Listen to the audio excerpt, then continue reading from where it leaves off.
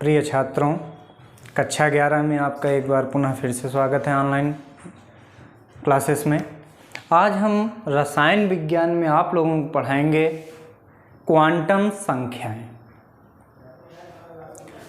तो सबसे पहले हम बात कर लेते हैं क्वांटम संख्याएं हैं क्या।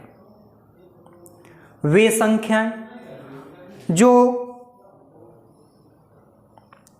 संख्याएं जो एक परमाणु में विभिन्न ऑर्बिटलों की ऊर्जा तथा स्थिति को दर्शाती हैं, क्वांटम संख्याएं कहलाती हैं। ये 4 प्रकार की होती हैं। नंबर 1 है मुख्य क्वांटम संख्या, नंबर 2 दिगंशी क्वांटम संख्या, और नंबर 3 है चुंबकीय क्वांटम संख्या, और नंबर 4 है चक्रण क्वांटम संख्या। चलिए देखते हैं। सबसे पहले मैंने बताया क्वांटम संख्या।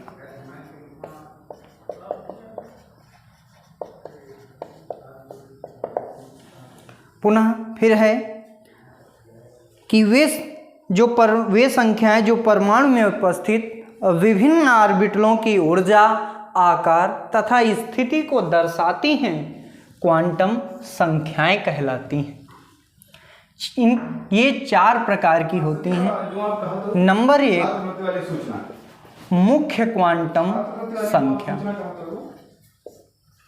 मुख्य क्वांटम संख्या इसको स्मॉल n से प्रदर्शित करते हैं। दूसरा है आपका दिगंशी क्वांटम संख्या। दिगंशी क्वांटम संख्या इसको स्मॉल l से प्रदर्शित करते हैं। और नंबर 3 आपका है चुंबकीय क्वांटम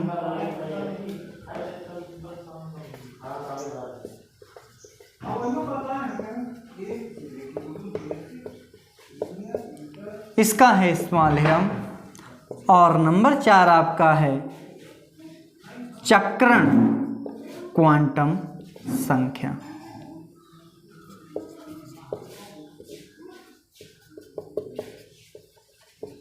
इसको स्मॉल s से प्रदर्शित करते हैं। अब बात कर लेते हैं, 4 प्रकार हैं। सबसे पहला आपका है मुख्य क्वांटम संख्या। यह क्वांटम संख्या यह बताती है कि मुख्य जो कक्षा है वो कहाँ पर उपस्थित है, उसकी बात दर्शाती है। इसे स्मॉल n से प्रदर्शित करते हैं। n का मान 0 से लेकर के 1, 2, 3, 4 कोई भी धनात्मक पूर्णांक हो सकता है। 1, 2, 3, 4 शून्य नहीं होगा। 1, 2, 3, 4 आपका कोई धनात्मक पूर्णांक हो जाए। दूसरा है आपका दिगंशी क्वांटम संख्या।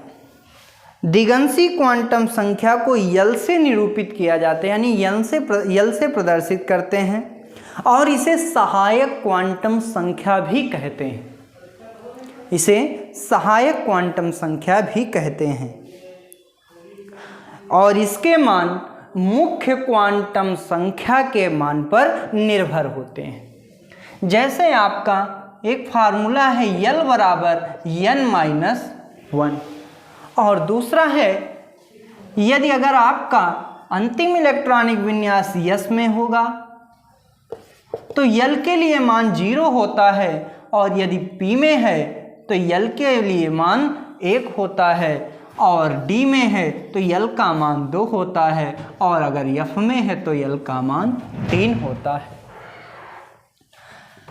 एक फार्मूला है आपका यल बराबर n-1, और दूसरा है यदि s में है तो यल बराबर 0, और p में है तो 1, d में है तो 2, और f में है तो 3।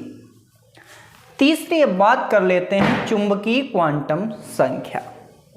चुंबकीय क्वांटम संख्या जो है इसे m से प्रदर्शित करते हैं, स्मॉल m से प्रदर्शित करते हैं, और इसे मुख्य रूप से जीवान प्रभाव की व्याख्या करने के लिए प्रयुक्त किया जाता है। और इसके मान यम के मानों पर निर्भर होते हैं। यह संख्या नाभिक के चारों ओर उपस्थित इलेक्ट्रॉनों के मेद विकिरण को दर्शाती है।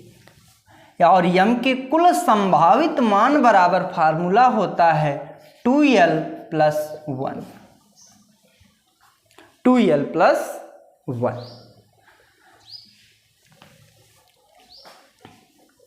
इसके बाद है अगली क्वांटम संख्या है चक्रण क्वांटम संख्या। ये इलेक्ट्रॉन की स्थिति को दर्शाती है, यानी इलेक्ट्रॉन आपका किसी ऑर्बिटल में दक्षिणावर्त है या वामावर्त। मैंने पीछे बताया था आप लोगों को कि एक उपकोष में अधिकतम 2 इलेक्ट्रॉन रह सकते हैं और उनके क्रम इस प्रकार होते हैं अधोमुखी तीर द्वारा, एक दक्षिणावर्त तो दूसरा वामावर्त, और इस स्थिति को दर्शाती है चक्रण क्वांटम संख्या। एक इलेक्ट्रॉन के अपनी अक्ष के चारों ओर गति करने की व्याख्या करती है। यदि आपका दक्षिणावर्त है, मान लिया कोई इलेक्ट्रॉन आपका दक्षिणावर्त है, तो इसके लिए यश का मान होगा +1/2, और यदि यही वामावर्त है तो यश बराबर आपका -1/2। अब इसी पर आधारित हम कुछ प्रश्न देखते हैं।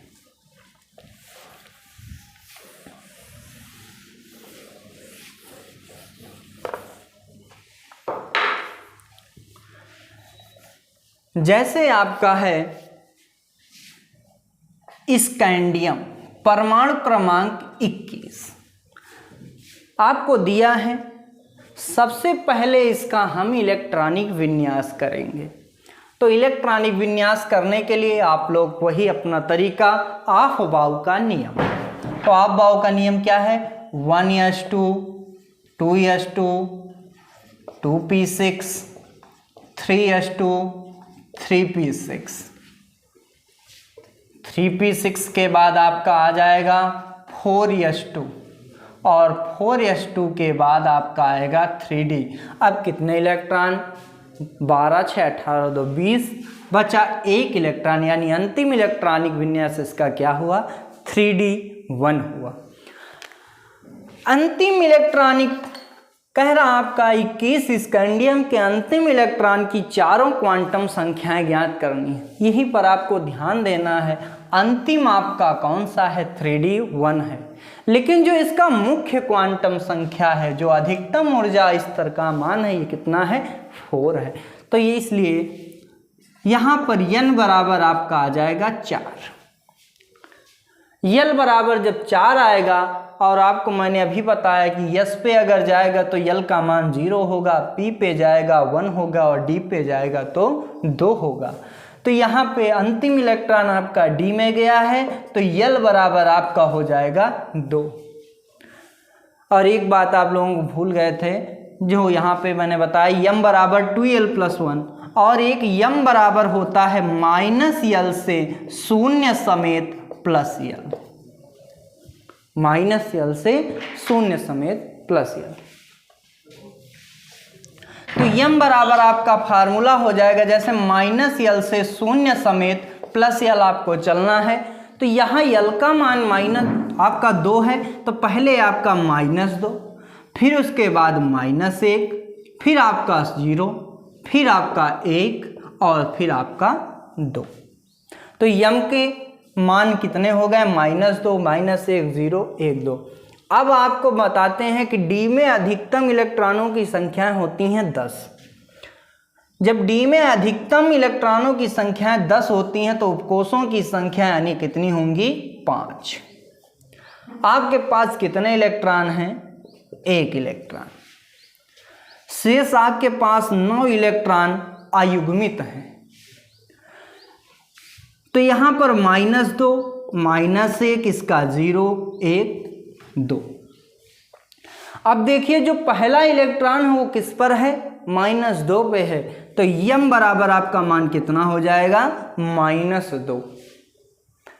अब इसी प्रकार अंतिम है चौथा क्वांटम संख्या है चक्रण S बराबर, मैंने अभी बताया कि अगर दक्षिणावर्त है, क्लॉकवाइज है, तो उसका मान प्लस का 1/2 होगा, और अगर एंटी क्लॉकवाइज है तो उसका मान माइनस का 1/2 होगा। तो यहाँ पर आपका क्लॉकवाइज है, दक्षिणावर्त है, तो यहाँ पर S का मान कितना होगा, प्लस का 1/2। इसी प्रकार के अन्य क्वेश्चन आपको अगले वीडियो में पुनः मिलेंगे। धन्यवाद।